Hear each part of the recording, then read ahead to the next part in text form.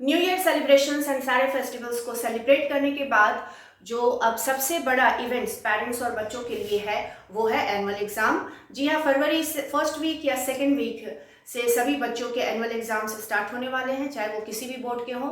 तो इस एग्जाम में हम बच्चों की मैथ्स की तैयारी कैसे करवाएं या बच्चे मैथ्स की तैयारी कैसे करें, इसी से रिलेटेड है आज का वीडियो। आज के वीडियो में मैं आपसे 5 स्टेप्स डिस्कस करूंगी, जिसको आप 1 बाय 1 फॉलो करते हैं तो निश्चित रूप से जो बच्चे हैं मैथ्स के एनुअल एग्जाम में अच्छा करेंगे।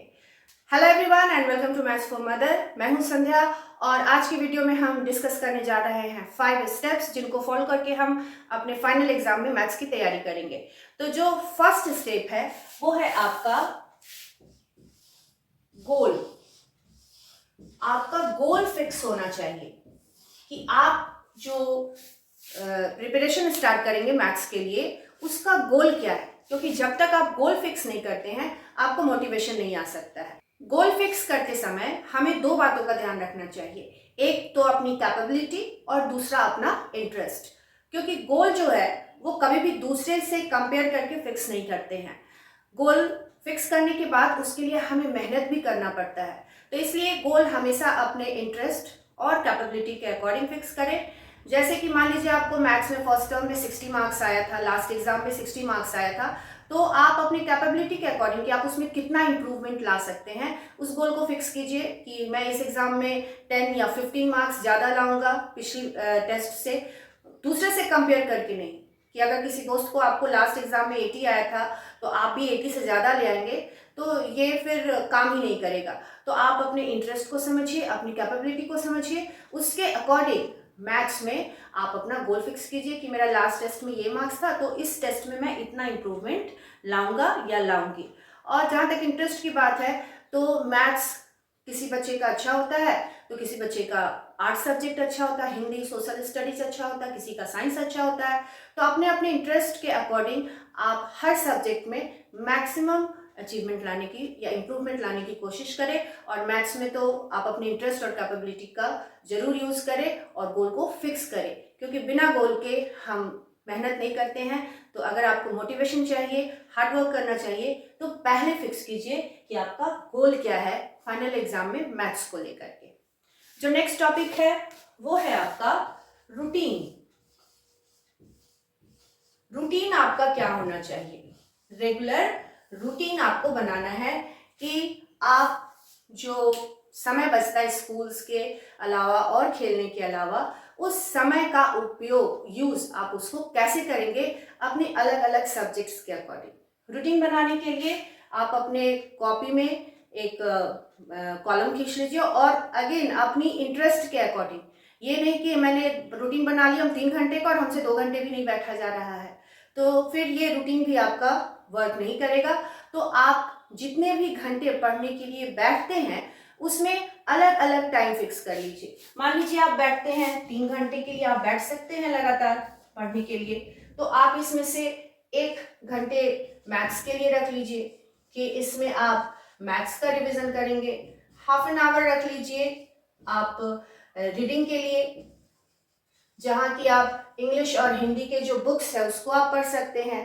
आधे घंटे रख लीजिए आप सोशल स्टडीज के लिए, जहाँ आप सोशल स्टडीज का तैयारी कर सकते हैं। तो इस तरह से आपका जो टोटल सिटिंग आवर है, जितने घंटे आप बैठकर मन से पढ़ाई कर सकते हैं, उसको आप अलग अलग रूटीन में डिवाइड कर लीजिए कि ये काम मुझे इतने घंटे करना है और करना है तो करना है। ये नहीं कि आप बस इधर उधर आज रूटीन बना लिए, अब इसको आज रूटीन हो गया अब मैं कल से फॉलो करूंगा, कल कुछ और बहाना, परसों कुछ और बहाना, तो ये तो होने वाला नहीं है। ये तभी वर्क करेगा जबकि आप इसको फॉलो करते हैं, इसको अमल में लाते हैं। थर्ड स्टेप है वो है आपका listing of chapter. Listing of chapter, अब ये क्या हुआ? तो आप इसमें क्या करेंगे कि जो भी आपके मैथ्स के चैप्टर हैं उसका आप एक लिस्ट तैयार करेंगे। जैसे first chapter rational number, next integers, second chapter मान लीजिए इंटीजर्स है, इंटीजर्स। Third exponents. तो जो भी चैप्टर आपके एग्जाम में आने वाला है उस सब की आप लिस्टिंग कीजिए। जितने भी चैप्टर आपको मैथ्स में पढ़ना है फाइनल एग्जाम के लिए, सबकी लिस्टिंग कर लीजिए। अब लिस्टिंग करने के बाद क्या करना है कि उसमें आप उस चैप्टर को चूज कीजिए जिसमें आपका सबसे ज्यादा इंटरेस्ट है, जो आपको बहुत अच्छे से समझ में आता है।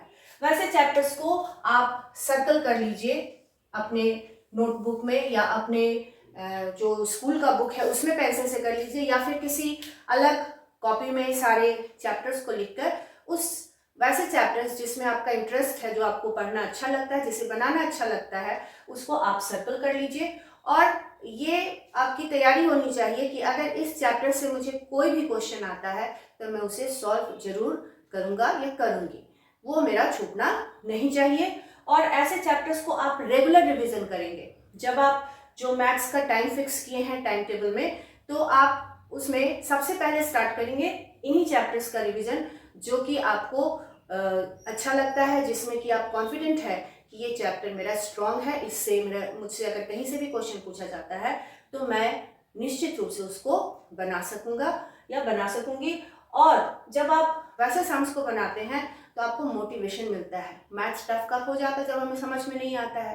तो जब आप अच्छा बना लेंगे थोड़ा, तो उसके बाद फिर आप स्टार्ट करेंगे जो कि आपका सेकेंड इंटरेस्टिंग चैप्टर है, जो आपका सबसे फेवरेट चैप्टर है। उसको करने के बाद आप नेक्स्ट मिनट्स में आप वैसे चैप्टर को स्टार्ट करेंगे जो आपका सेकेंड ऑर्डर में आएगा, जो आपका सेकेंड इंटरेस्टिंग चैप्टर है, और फिर आप उसको सॉल्व कीजिए। तो इस तरह से आप चैप्टर्स को कैटेगरी वाइज डिवाइड कर लीजिए और उसके अकॉर्डिंग मैथ्स का प्रैक्टिस कीजिए। जब आप मैथ्स का प्रैक्टिस करने बैठे तो उसको 2 पार्ट में करें। ऐसा नहीं है कि एक ही दिन में आप एक ही चैप्टर का रिवीजन करते जाएं। जैसे थोड़ा अलजेब्रा का रिवीजन किया तो फिर थोड़ी ज्योमेट्री बना ले, या फिर मेंसुरेशन बना ले, एरिया पेरीमीटर, तो चेंज होगा, तो थोड़ा माइंड को भी रिफ्रेशमेंट मिलेगा, अलग अलग चेंज आएगा तो, और आपकी भी इंटरेस्ट बनी रहेगी। तो जब आप थर्ड काम आपको करना है कि आप पहले लिस्टिंग ऑफ चैप्टर कर लीजिए, चैप्टर्स का लिस्ट बना लीजिए, और उसमें अपने इंटरेस्ट के अकॉर्डिंग हर दिन रिवीजन में आपको 2 पार्ट मैथ्स का करना है। जैसे एक अलजेब्रा है तो सेकंड आप ज्योमेट्री कर लीजिए, अगर एक ज्योमेट्री है तो सेकंड आप सरफेस एरिया एंड वॉल्यूम कर लीजिए, स्टैटिस्टिक्स कर लीजिए। तो इस तरह से रिवीजन में वेरिएशन जरूर होना चाहिए, कंपैरिजन होना चाहिए, ताकि जो आपका माइंड है वो कंपैरेटिवली क्वेश्चंस को एग्जाम में अटेम्प्ट करने के लिए एक प्रैक्टिस में आ सके। तो ये हो गई थर्ड बात, लिस्टिंग ऑफ चैप्टर। अब नेक्स्ट फोर्थ है कि आप रिवीजन वर्क कैसे करते हैं। रिवीजन वर्क, आप जो रिवीजन करने बैठते हैं तो आप रिवाइज कैसे करते हैं, वो एक बहुत बड़ा आपका टॉपिक है, या वो बहुत मैटर करता है आपके रिवीजन वर्क में। जैसे कि आप मान लीजिए अलजेब्रा का फॉर्मूला आप सब पढ़े होंगे, a+b whole square is equals to a² + 2ab + b²। हम इसको क्या करते हैं, रटना शुरू कर देते हैं। फॉर्मूला आपको याद होना चाहिए मगर रट कर नहीं, वो आपको प्रैक्टिस करते करते आपके दिमाग में होना चाहिए। जैसे अगर हम किसी को कहीं जाने का रास्ता बताते हैं, जब आप ओरली बताते हैं कि आप सामने से जाइएगा, मंदिर आएगा, बाएं घूम जाइएगा, दाएं घूम जाइएगा, तो वो लिखता है, और जब तक वो एक बार उस रास्ते से होकर वापस नहीं आता है तब तक वो रास्ता आपके दिमाग में नहीं बैठता है। स्कूल जाने का रास्ता जो है हम रोज रोज जाते हैं तो वो हमें याद हो जाता है, या किसी ऐसी जगह जहाँ की हम गए हों, खुद चलकर, पैदल चलकर या गाड़ी ड्राइव करके गए हों, तो वो रास्ता जो है वो हमारे दिमाग में, आपकी मेमोरी में फिक्स हो जाता है। तो बस वही बात है फॉर्मूला के साथ। फॉर्मूला आप लिखिए लेकिन उस पर सम्स प्रैक्टिस कीजिए। आप जितना ज़्यादा सम्स प्रैक्टिस करेंगे और उसमें उस फॉर्मूला का यूज़ करेंगे, उतना ही वो फॉर्मूला आपके मेमोरी में लॉन्ग लास्ट रहेगा। और साथ ही साथ जरूरी है कि फॉर्मूला आपके दिमाग में रहे तो आपको रिवीजन करना होगा, प्रैक्टिस करनी होगी, लिख लिख कर प्रैक्टिस करनी होगी, ताकि वो फॉर्मूला कहीं भी पूछा जाए, कभी भी पूछा जाए तो आपको याद हो जाए।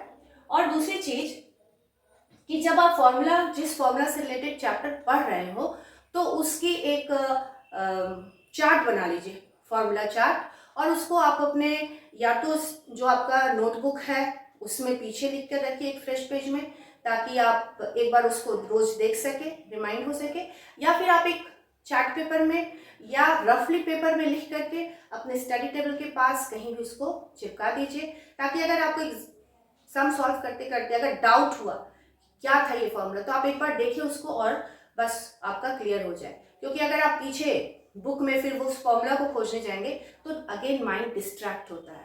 तो इसलिए रिवीजन का यही तरीका है कि आप फॉर्मूला को रट्टा नहीं मारना है, पूरा फॉर्मूला जो है उससे रिलेटेड आपको सम सॉल्व करना है।